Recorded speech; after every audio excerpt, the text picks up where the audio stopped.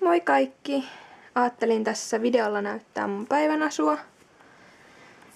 Niin on sitten vähemmän näitä vaatteita kuvattavana siihen Saksan ostoksien postaukseen. Joten niin. Melkein kaikki on ostettu Saksasta, paitsi nämä H&M:n Leopardi-lekkinsit, jotka on ostettu monta vuotta sitten joskus. Ja sitten on tällainen zebra-kuvioinen neule H&M:stä ja tää iso tämmönen lörttötoppi on kanssa H&M:stä, Berliinistä. Hintoja mä en nyt ala luettelemaan tähän, koska mä en ikinä muista niitä. Ja kengät. Tällaiset kivat bootsit.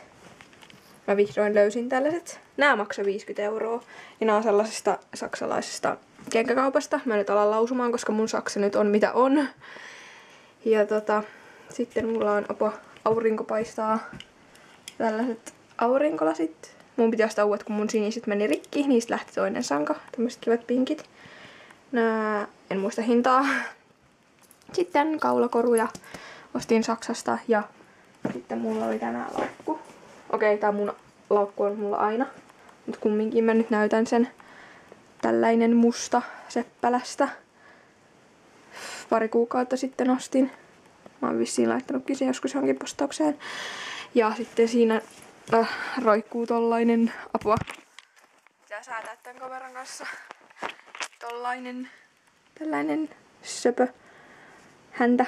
Mikä tää on? Tää on H&M:stä, kans Berliinistä.